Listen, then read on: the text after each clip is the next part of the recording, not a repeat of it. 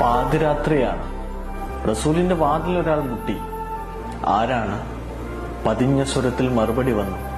ബിലാലാണ്. പാതിരാത്രിയിൽ എന്താണ് കാര്യം? ഇസ്ലാം സ്വീകരിക്കണം.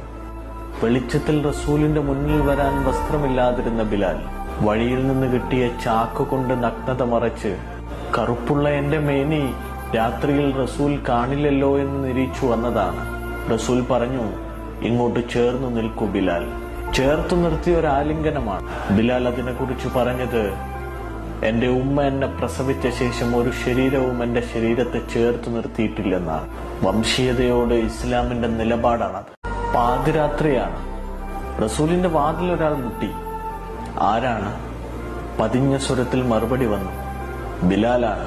പാതിരാത്രിയിൽ എന്താണ് കാര്യം? ഇസ്ലാം സ്വീകരിക്കണം.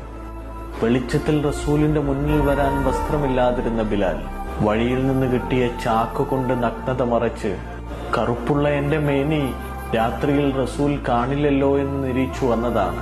റസൂൽ പറഞ്ഞു, ഇങ്ങോട്ട് ചേർന്നു നിൽക്കൂ ബിലാൽ. ചേർത്തു നിർത്തിയ ഒരു ആലിംഗനമാണ്. ബിലാൽ അതിനെക്കുറിച്ച് പറഞ്ഞത്, എന്റെ ഉമ്മ എന്നെ പ്രസവിച്ച ശേഷം ഒരു ശരീരവും എന്റെ ശരീരത്തെ ചേർത്തു നിർത്തിയിട്ടില്ലെന്നാണ്. വംശീയതയോട് ഇസ്ലാമിന്റെ നിലപാടാണത്.